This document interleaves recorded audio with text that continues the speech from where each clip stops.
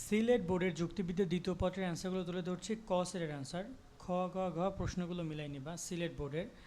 তো এখানে কার কার উত্তর সঠিক হয় জানিও। একের অ্যান্সার হচ্ছে গ, দুইয়ের হচ্ছে ক, তিনের ক, চারের ঘ, পাঁচের খ, ছয়ের গ, সাতের খ, আটের ক, নয়ের ক, দশের খ, এগারোর খ, বারোর ক, তেরোর খ, 14 নম্বরে ঘ, 15 ক, 16 ক, 17 ক, 18 গ, 19 খ, 20 ক, 21 খ, 22 ঘ, 23 অ্যান্সারটা এখানে রূপান্তর করা হয়েছে। আর তবে বৈজ্ঞানিক ব্যাখ্যা রূপ তিনটি আছে, তিনটি এখানে। 23-এর হচ্ছে খ দেখিয়েছে তারা, ব্যাখ্যার কোনো রূপ নেই, তবে বৈজ্ঞানিক ব্যাখ্যার রূপ তিনটি। এখানে বৈজ্ঞানিক প্রশ্নটি এরকম উচিত ছিল যে বৈজ্ঞানিক ব্যাখ্যার রূপ কয়টি, তাহলে অ্যান্সার হতো তিনটি, তো এই হিসাবে তিনটি নিয়েছে।